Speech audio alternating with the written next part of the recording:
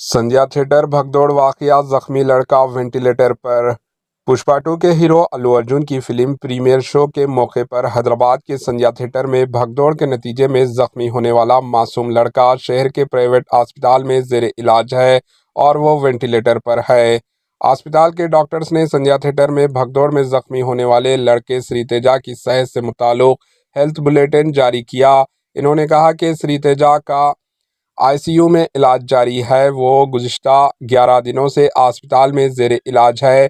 4 दिसंबर 2024 की रात RTC cross road पर वाक़ संध्या थिएटर में पुष्पा 2 बेनिफिट शो के दौरान भगदौड़ में लड़के की मां रेवती की मौत हो गई थी, जबकि लड़का शदीद तौर पर ज़ख्मी हो गया था। Bureau report, AHN news.